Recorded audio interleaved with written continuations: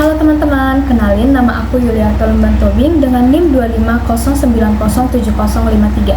Di video ini, aku mau membahas salah satu kasus Good Corporate Governance atau GCG yang paling heboh di dunia, yaitu skandal Enron yang terjadi di Amerika Serikat. Nah, dulu Enron ini dikenal sebagai salah satu perusahaan energi terbesar di Amerika. Perusahaannya bergerak di bidang gas alam, listrik, dan perdagangan energi. Nama Enron ini sempat dipandang keren karena dianggap perusahaan yang inovatif dan sukses, sehingga banyak investor yang percaya dan berlomba-lomba untuk membeli saham mereka. Nah, tapi ternyata di balik kesuksesan itu ada masalah besar yang disembunyikan dari publik. Orang-orang yang terlibat dalam kasus ini ada Kenneth Lay selaku CEO, Jeffrey Skilling sebagai CEO, setelahnya ada Andrew Fetzo sebagai CFO atau Direktur Keuangan, dan juga ada auditor eksternal mereka yaitu Arthur Andersen. Awal mula kasus ini terbongkar pada tahun 2001 dikarenakan ada seorang pegawai Enron bernama Sharon Watkin yang mulai curiga dengan laporan keuangan perusahaan. Selain itu, media dan pihak regulator juga menemukan banyak kejanggalan dalam laporan keuangan Enron. Kalau ditanya gimana sih cara mereka melakukan kecurangan itu? Sebenarnya cukup rumit, tapi kita buat gampang. Jadi, manajemen Enron pengen perusahaan mereka selalu terlihat untung besar di depan investor. Karena itu, mereka mulai mencatat keuangan yang sebenarnya belum mereka terima.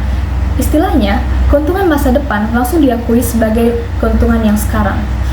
Nah, bukan hanya itu, mereka juga bikin banyak perusahaan yang dipakai buat menyembunyiin utang. Jadi, waktu laporan keuangan dipublikasikan, kondisi perusahaan kelihatan sehat dan untung besar. Padahal aslinya, banyak utang yang disembunyikan. Karena laporan keuangannya yang kelihatan bagus, harga saham Enron terus naik. Investor makin percaya dan makin banyak menanamkan modal. Yang jadi permasalahannya adalah pengawasan di dalam perusahaan tidak berjalan dengan baik. Dewan direksi kurang ketat mengawasi manajemen, dan komite audit juga gagal mendeteksi penyimpangan yang terjadi. Auditor eksternal yang seharusnya independen juga tidak menjalankan tugasnya dengan maksimal. Akhirnya, pada tahun 2001, berbagai fakta mulai terungkap ke publik. Investor langsung panik dan menjual saham mereka.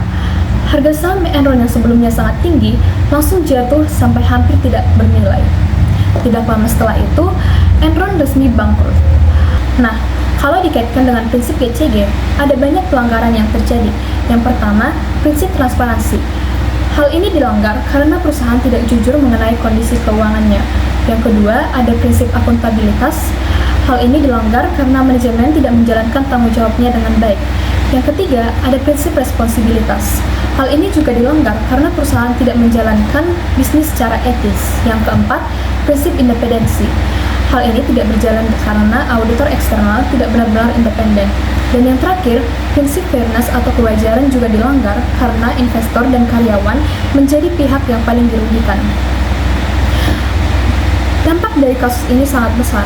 Ribuan karyawan kehilangan pekerjaan, banyak dana pensiun karyawan yang habis karena saham Enron tidak bernilai lagi. Investor juga mengalami kerugian miliaran dolar. Bahkan, kantor akuntan Arthur Andersen yang terlibat dalam kasus ini akhirnya memiliki reputasi yang hancur dan akhirnya dibubarkan. Kasus ini juga membuat kepercayaan masyarakat terhadap perusahaan besar dan pasar modal menurun drastis. Menurut aku, kasus Enron ini ngajarin kita kalau perusahaan sebesar apapun bisa hancur kalau tidak menjalankan tata kelola perusahaan yang baik. Kejujuran, transparansi, dan pengawasan yang ketat itu sangat penting dalam suatu perusahaan. Karena jika hanya fokus mencari untung tanpa memperhatikan etika, ujung-ujungnya bukan cuma perusahaan yang rugi, tetapi juga karyawan, investor, dan masyarakat luas. Oke teman-teman, sekian pembahasan dari aku. Sampai jumpa di video selanjutnya. Terima kasih.